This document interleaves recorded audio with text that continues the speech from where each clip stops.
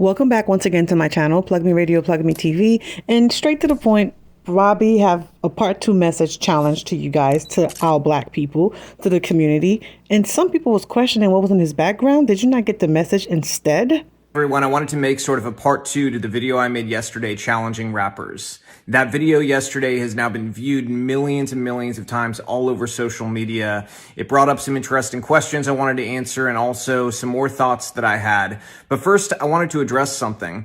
Some people brought up the fact that there was a painting, it's an Andy Warhol painting of a gun in the background of the video that went viral. And they asked, why would you do that when you're telling people to stop perpetuating violence?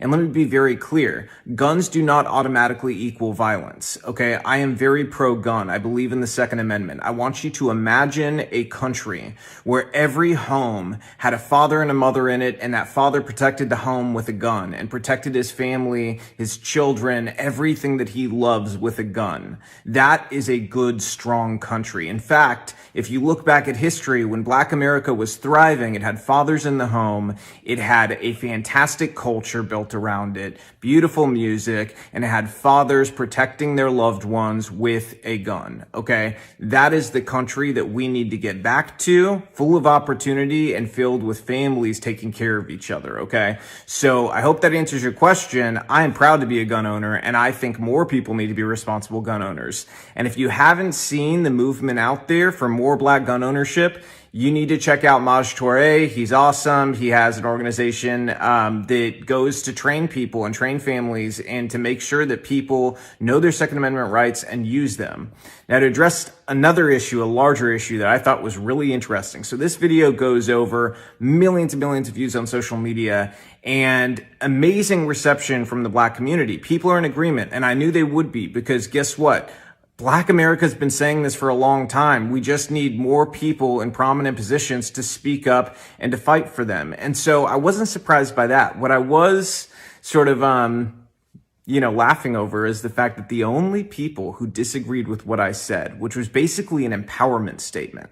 I want rappers to empower themselves to change the culture because we all know the executives won't. Some people said, why don't you say this to the executives? Because we all know the executives won't do it, period. They won't. They've profited off the backs of this entire culture and, rappers perpetuating it for too long. They're not going to change. Rappers are a part of the community, and I see who they are, and I know some of them are willing to change, so that's why I put it on them to do it. Now, to get into the interesting thing I noticed that the only people who were pushing up against the message and saying, how dare you say this, people shouldn't listen, things along those lines, it was white Democrats. And you know what they were saying along with it? These were a couple of my favorite comments. I have them on screen over here, so I want to read them. One of them said, I bet you all are not aware that this guy opposes handouts. He's not someone you want to listen to. You realize how racist that statement is? As if all Black people need a handout? Are Black people suddenly unequal and unable to achieve their dreams without a handout from somebody? I'm sorry. I believe in a society where everybody is capable of achieving their dreams, and we don't go and say, oh, well, you're this color, so you need this first. I think that's terribly racist, okay? The second thing that came up is they said, are you going to let a white man tell you what to do? I wasn't telling anybody what to do. I had a challenge for other people. It's up to them whether they do it or not. They're empowered to make their own decision. They can continue perpetuating the culture and more people die, or they can be strong enough, brave enough, wise enough to be a leader, to be a man, and to make a change. That's on them to choose. But it also opened up some other thoughts I wanted to share with you guys. The reality is, Democrats have gotten away with this for too long. They've gotten the Black vote for no reason. They don't deserve it. In fact, if you look at the history of the Democratic Party, they're the ones who were responsible for the KKK. In fact, not long ago, prominent Democrats today were shaking hands and going to the funeral and giving eulogies for a prominent Grand Wizard KKK member who then later went to Congress. Okay? These are people who also oppose civil rights. And when they try to get away with it, you know what they say? They say the party's flipped. They talk about a Southern strategy. The party's flipped. Don't you know that? That in itself is also a great lie. I challenge you, if you have bought that lie before, I want you to go search out, find what politicians switched parties. Go look. I'll wait. You're not going to find a bunch of politicians who change parties. You know why? Because the parties didn't change. Republicans were the party that opposed slavery. They opposed the KKK. They fought them. Republican abolitionists got killed fighting for black people to be freed from slavery. Okay? Because it was the right thing to do. And now, if we go further with this, let's go further down the line. Today, this is a group, a party that supports constantly dividing and also looking down on a group of people and pretending like they're incapable of very menial, easy tasks because of the color of their skin. Let's talk about voter ID.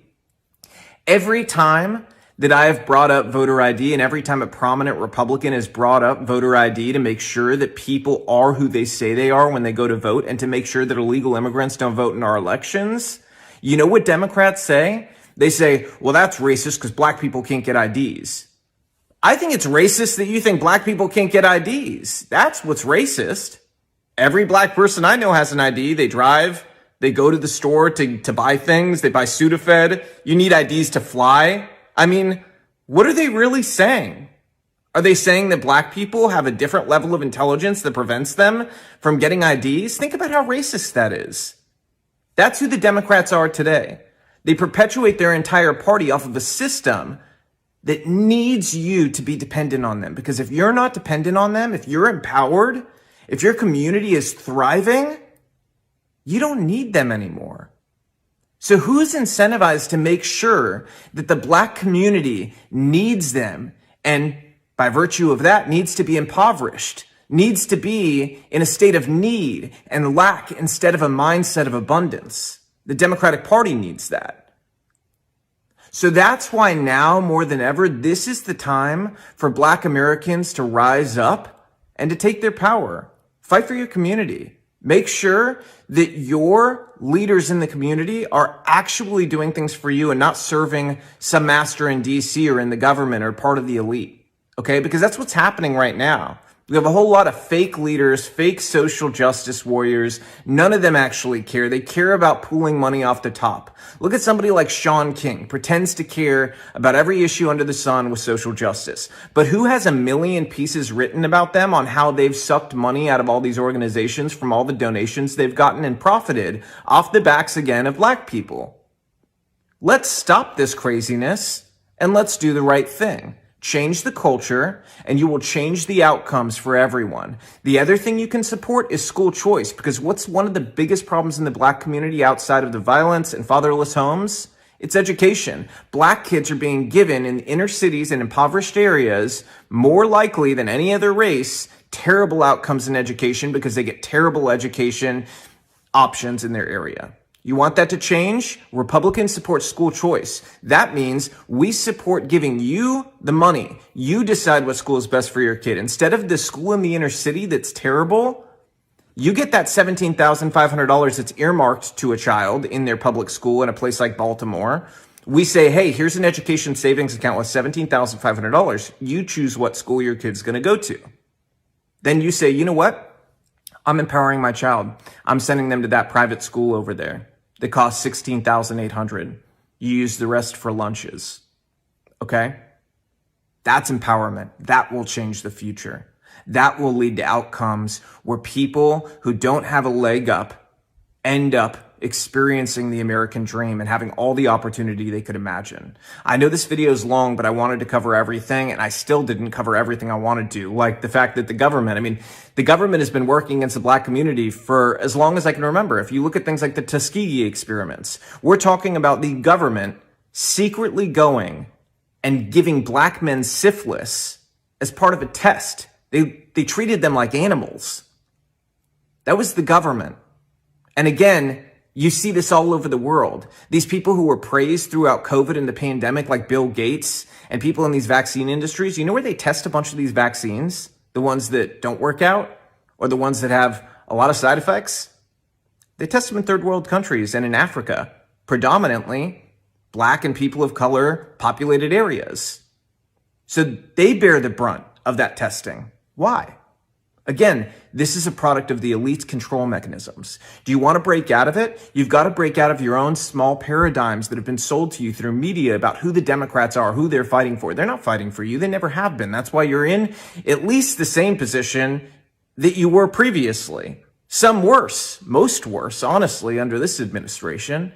And look, I'm not saying Republicans are perfect, or there's some people in the Republican Party who have sort of backwards ideas in certain areas. Sure. Okay? I'm talking about the new right, the Republican Party I represent, which is the vast majority of Republican voters. Okay? We believe in a society that is equal, full of opportunity, and free. Okay? We want to lift each other up. For so long, the idea of unity has been something that's like a mirage far away we're never going to touch. But that doesn't need to be the case. The Democratic Party and the elite have been trying to sell us on a system that keeps us at each other's throats. You know why? Because that keeps us away from their front door. Let me say that again so everybody gets it. They want to keep us at each other's throats so that we're not at their front door. They don't want accountability for them, for the elite. They want us to be busy fighting with each other over skin color. And I guess that's one of the last notes. I had a bunch of people saying, you're all going to listen to this, Caucasian. I'm Cuban. Okay. So again, this should teach you a lesson about going and judging everything on identity. Okay. You never know what people are, what their story is. What you do and are able to control is your choices. Rappers are able to control their choices that they make coming up in the future. Will they choose to change the culture? Because they have an opportunity in front of them and a social movement where the people want it. People want this to change. But the reality is, if those rappers don't take the initiative, it won't. Because it's a lot easier to keep the radio on and listen to the song than it is to make a change as a consumer. But for the people making the songs, if you all band together, that's what they fear. So make the right choice. Band together and make a change. This is the moment. This is the time. Do it. Once again, another great message. I don't want to say too much behind it, but everything makes sense. This is the kind of talk that some of us Black people have been saying it, but sometimes, you ever wonder sometime like you at home or wherever, a friend or family, you're giving them advice, they don't take it from you, but a stranger give it to them, and for some reason, it soaks in like a sponge. So I'm hoping these messages are really synchronizing over the brain programming they have been doing to some of you guys, some of us. I speak on these matters with a like-minded individuals, and we need to open these conversations a lot more, especially to those who don't understand, or maybe was not even aware of it. It's out there, and there are people like that that's really not up to what's really happening in this world. So this is our job. For those who are in the know, this is our job to really spread these words, to spread these type of issues so we can elevate each other, because we need to do this. And everything he says, again, is on point.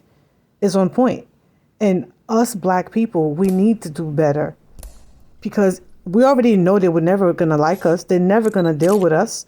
But there's people like Robbie who understand us, who understand what's been happening to us. So it kind of gives us a plus when we have people like him, like Robbie, who can chime in and say these things. So it kind of gives us a little push, but we need to do it for ourselves. With that being said, please share this video, make it a conversation with people. Thank you for coming.